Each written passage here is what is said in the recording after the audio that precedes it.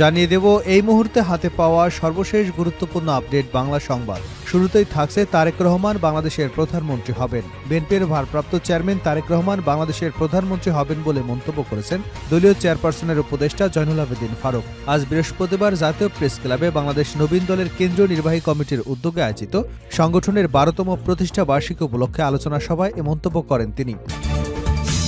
এবারে জানাবো আমরা সামরিক ট্রেনিং দেব যেন প্রত্যেক ছাত্র রাইফেল চালাতে জানে। বিএনপির স্থায়ী কমিটির সদস্য মেজর অবসরপ্রাপ্ত হাফিজউদ্দিন আহমেদ বীরবিক্রম বলেছেন, যুদ্ধ যদি তারা শুরু করতে চায় তাহলে এই যুদ্ধ তাদের দেশে গিয়েই শেষ হবে। তিনি বলেন, আমরা প্রত্যেকটি বাংলাদেশি নাগরিককে সামরিক ট্রেনিং দিয়ে প্রস্তুত করব যুদ্ধের জন্য। প্রত্যেকটি ছাত্র যেন রাইফেল চালাতে জানে। জানাবো ভারত বাংলাদেশ সম্পর্ক নিয়ে সুখবর দিলেন পরিবেশ উপদেষ্টা। ভারত এবং বাংলাদেশের দ্বিপাক্ষিক সম্পর্ক ভালোর দিকে যাচ্ছে বলেই জানিয়েছেন পরিবেশ বন ও জলবায়ু উপদেষ্টা সৈয়দা রিজওয়ানা হাসান। তিনি বলেছেন, উভয় দেশই স্বাভাবিক সম্পর্ক চায়, কোনো নির্দিষ্ট দলের সঙ্গে নয়, ভারতের সঙ্গে সম্পর্ক হবে বাংলাদেশের সঙ্গে। এদিকে গণঅভ্যুত্থানের মধ্য দিয়ে হেলমেট বাহিনী যুগের অবসান ঘটেছে ডিএমপি কমিশনার। ঢাকা মেট্রোপলিটন পুলিশের কমিশনার শেখ মোহাম্মদ সাজ্জাদ আলী বলেছেন, ৫ আগস্ট গণঅভ্যুত্থানের মধ্য দিয়ে দেশে হেলমেট বাহিনী যুগের অবসান ঘটেছে। বৃহস্পতিবার বিকেলে প্র্যাব মিলনায়তনে এক অনুষ্ঠানে এমন মন্তব্য করেন তিনি। জানিয়ে দেব বড়দিন ও 31st নাইট ঘিরে যেসব নিষেধাজ্ঞা পুলিশের। খ্রিস্টান ধর্মাবলম্বীদের সর্ববৃহৎ ধর্মীয় অনুষ্ঠান বড়দিন এবং 31st নাইট উদযাপন সামনে রেখে ঢাকা নিরাপত্তা, আইনশৃঙ্খলা এবং ট্রাফিক ব্যবস্থাপনা সংক্রান্ত সমন্বয় সভা করেছে ঢাকা মহানগর পুলিশ। বৃহস্পতিবার ডিএমপির হেডকোয়ার্টার্সে সম্মেলন কক্ষে এ সমন্বয় সভা অনুষ্ঠিত হয়। সভায় সভাপতিত্ব করেন ডিএমপির কমিশনার শেখ মোহাম্মদ সাজ্জাদ আলী। এবং সর্বশেষ জানাবো আন্তর্জাতিক সংবাদ। গাজায় নিঃশর্ত যুদ্ধবিরতির প্রস্তাব পাশ করল জাতিসংঘ। ফিলিস্তিনের গাজায় নিঃশর্ত এবং স্থায়ী যুদ্ধবিরতির প্রস্তাব পাশ করেছে জাতিসংঘের সাধারণ পরিষদ। জাতিসংঘের ফিলিস্তিনি শরণার্থী বিষয়ক সংস্থার ইউএনআরডব্লিউ এর সমর্থনেও আলাদা প্রস্তাব পাশ হয়েছে। ইসরায়েল আইন করে এই সংগঠনে তাদের দেশে নিষেধাজ্ঞা ঘোষণা করেছে। বুধবার পাশ হওয়া ওই প্রস্তাবে বলা হয়েছে, গাজা ভূখণ্ডে অবিলম্বে নিঃশর্তে স্থায়ী যুদ্ধবিরতি ঘোষণা করতে হবে। কর্মকর্তাদের মতে গত ১ বছরেরও বেশি সময় ধরে চলা এই যুদ্ধে গাজায় প্রায় ৪০,০০০ মানুষ নিহত হয়েছেন। এতক্ষণ শিরোনাম শুনছিলেন, এবার বিস্তারিত। প্রিয় দর্শক, আপনি যদি এই চ্যানেলে নতুন হয়ে থাকেন, ভিডিওটি দেখতে দেখতে চ্যানেলটি সাবস্ক্রাইব করে আমাদের সঙ্গে থাকুন। আর এই ভিডিও সম্পর্কে আপনি আপনার মূল্যবান মতামতটি কমেন্ট বক্সে জানিয়ে দিন। আর হ্যাঁ প্রিয় দর্শক, জানিয়ে দিন ভিডিওটি কোথা থেকে দেখছেন। তারেক রহমান বাংলাদেশের প্রধানমন্ত্রী হবেন। বিএনপির ভারপ্রাপ্ত চেয়ারম্যান তারেক রহমান বাংলাদেশের প্রধানমন্ত্রী হবেন বলে মন্তব্য করেছেন দলটির চেয়ারপারসনের উপদেষ্টা জয়নুল আবেদিন ফারুক। বৃহস্পতিবার জাতীয় প্রেস ক্লাবে বাংলাদেশ নবীন দলের কেন্দ্রীয় নির্বাহী কমিটির উদ্যোগে আয়োজিত সংগঠনের ১২তম প্রতিষ্ঠা বার্ষিকী উপলক্ষে আলোচনা সভায় এ মন্তব্য করেন তিনি। জয়নুল আবেদিন ফারুক বলেন, ভারত কি চায়? এখন তো শেখ হাসিনা নেই। শেখ হাসিনার কিছু প্রেতাত্মা থাকলেও তার দল তো এখন শাসন করছে না, তাহলে ভয় কিসের? সোমবার যুবদল, ছাত্রদল এবং স্বেচ্ছাসেবক দল ঢাকা থেকে আগরতলা অভিমুখে লং মার্চ করেছে। সেই আগরতলায় সহকারী হাইকমিশনারে হামলা করা হয়েছে, জাতীয় পতাকা ছিঁড়ে ফেলেছে। শেখ হাসিনার উপর ভর করে এদেশে রাজত্ব কায়েম করেছেন, বাংলাদেশে একদলীয় শাসন কায়েম করেছেন, সংবিধানকে তছনছ করে দিয়েছেন, বিচারপতির এজলাসে লাথি মেরেছেন, আয়নাঘর তৈরি করেছেন। তিনি বলেন, সেদিন এখন আর আপনাদের নেই। ষড়যন্ত্র আপনারা যতই করেন, এই ষড়যন্ত্রে কোনো লাভ হবে না। তারেক রহমান বাংলাদেশে আসবেন, এক মাথা এক ভোটে বাংলাদেশের প্রধানমন্ত্রী হবেন। ভারতের উদ্দেশ্যে বিএনপির চেয়ারপারসনের এই উপদেষ্টা বলেন, আপনি শেখ হাসিনাকে আশ্রয় দিয়েছেন এবং ষড়যন্ত্রে সাহায্যও করেছেন। বাংলাদেশের মানুষও গরিব হতে পারে, আপনার কারণে অর্থনীতি দুর্বল হতে পারে, কিন্তু একবার আসেন, আমাদের লাগবে না। আগরতলার কাছে ব্রাহ্মণবাড়িয়ার লোকজনই যথেষ্ট আপনাকে প্রতিহত করতে। সেজন্য কথাবার্তা একটু ভালো করে বলা দরকার। তিনি বলেন, আপনারা চেয়েছিলেন শেখ হাসিনার মাথায় হাত রেখে বাংলাদেশকে 7 সিস্টারের মতো 8 সিস্টার বানাবেন। কল্পনা করেই গেছেন, কিন্তু লাভ হয়নি। শেখ হাসিনা আশ্রয় নিয়েছে আপনার কাছে। যদি সত্যি আপনি গণতান্ত্রিক দেশ হন, যদি বিশ্বের বৃহত্তম গণতান্ত্রিক দেশ হয়ে থাকেন, আপনার উচিত ছিল শেখ হাসিনাকে আশ্রয়ের পর যখন তার পাসপোর্টের মেয়াদ শেষ হয়ে গেছে, তাকে 1 মিনিটের জন্য না রেখে ডক্টর ইউনূস সরকারের কাছে হস্তান্তর করা। তাহলে আমরা বিশ্বাস করতাম আপনি বাংলাদেশের মানুষকে সম্মান করেন।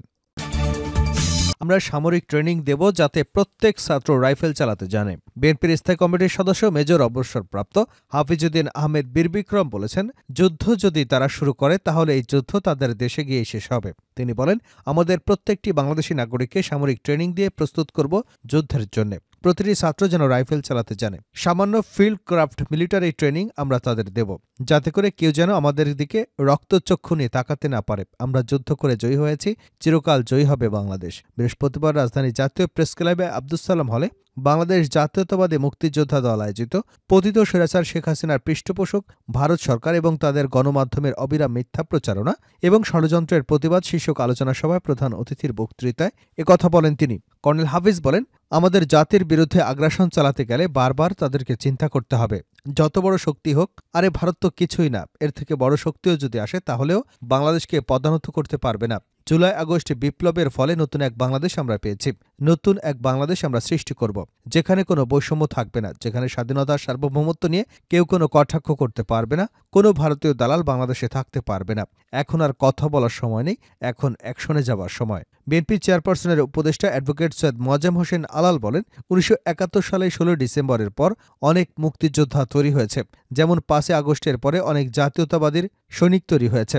দুঃখজনক হলেও সত্য যে ৭১ সালে অনেকেই মুক্তিযুদ্ধ না করেও রাজাকারের সঙ্গে ছবি তুলে পরবর্তীকালে মুক্তিযোদ্ধা হিসেবে নাম লিখিয়েছে। এই ইতিহাস বর্তমান প্রজন্ম বা পরবর্তী প্রজন্ম জানবে কিনা আমার জানা নেই। ভারত বাংলাদেশ সম্পর্ক নিয়ে সুখবর দিলেন পরিবেশ উপদেষ্টা।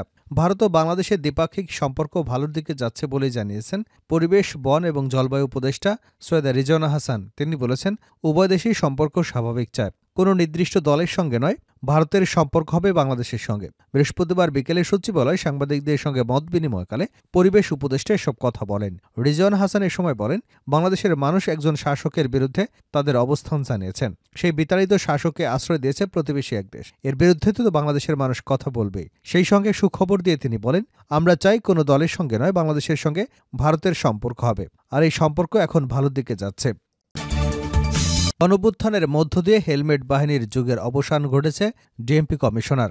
ঢাকা মেট্রোপলিটন পুলিশের কমিশনার শেখ মোহাম্মদ সাজ্জাদ আলী বলেছেন, ৫ আগস্ট গণঅভ্যুত্থানের মধ্য দিয়ে দেশে হেলমেট বাহিনী যুগের অবসান ঘটেছে। বৃহস্পতিবার বিকেলে ক্র্যাব মিলনায়তনে এক অনুষ্ঠানে এমন মন্তব্য করেন তিনি। ডিএমপির কমিশনার বলেন, পুলিশ সেবাদানকারী প্রতিষ্ঠান, অন্যায়ভাবে মামলা দেওয়া পুলিশের কাজ নয়। এসব যারা করেছে তাদের সবাইকে বিচারের আওতায় আনা হবে। এ সময় ছাত্র জনতার আন্দোলনে পুলিশ কর্মকাণ্ডের জন্য আবারও ক্ষমা চান তিনি আরও বলেন, নতুন বছর উদযাপনে ঢাকায় এখনও কোনো নিরাপত্তার ঘাটতি নেই। ঢাকাবাসীকে সেবা প্রদানে পুলিশের পক্ষ থেকে যাতে কোনো কার্পণ্য করা না হয় সেদিকে খেয়াল রাখার কথাও বলেন তিনি। এরপর ক্র্যাব সদস্যদের সন্তানদের মধ্যে শিক্ষাবৃত্তি এবং বার্ষিক ক্রীড়া প্রতিযোগিতার বিজয়ী সদস্যদের পুরস্কার হাতে তুলে দেন। শেষ করছে আন্তর্জাতিক সংবাদ দিয়ে। গাজায় নিঃশর্ত যুদ্ধবিরতির প্রস্তাব পাশ করল জাতিসংঘ। ফিলিস্তিনের গাজায় নিঃশর্ত এবং স্থায়ী যুদ্ধবিরতির প্রস্তাব পাশ করেছে জাতিসংঘের সাধারণ পরিষদ। জাতিসংঘের ফিলিস্তিনি শরণার্থী বিষয়ক সংস্থার ইউএনআরডব্লিউ এর সমর্থনেও আলাদা প্রস্তাব পাশ হয়েছে। ইসরায়েল আইন করে এই সংগঠনকে তাদের দেশে নিষিদ্ধ ঘোষণা করেছে। বুধবার পাশ হওয়া ওই প্রস্তাবে বলা হয়েছে, গাজা ভূখণ্ডে অবিলম্বে নিঃশর্তে স্থায়ী যুদ্ধবিরতির ঘোষণা করতে হবে।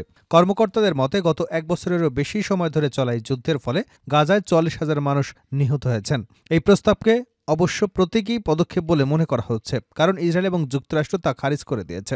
আর ইসরায়েলের উপর এই প্রস্তাব মানার কোনো আইনি বাধ্যবাধকতাও নেই। তবে রাজনৈতিক দিক থেকে দেখতে গেলে একটা চাপ আছে, কারণ এতগুলো দেশ যখন একটা প্রস্তাবে সমর্থন দেয় তখন তাকে পুরো বিশ্বের মত প্রকাশ বলে বিবেচনা করা হয়। এদিকে যুক্তরাষ্ট্রের বক্তব্য ছিল, গাজায় ইসরায়েলি জিম্মিদের মুক্ত করবার শর্তে যুদ্ধবিরতি হতে পারে, না হলে হামাস ওই বন্দীদের মুক্তি দেবে না। যুক্তরাষ্ট্রের ডেপুটি অ্যাম্বাসেডর রবার্ট উড বলেছেন, এই প্রস্তাবের ভাষা ভুল এবং লজ্জাজনক।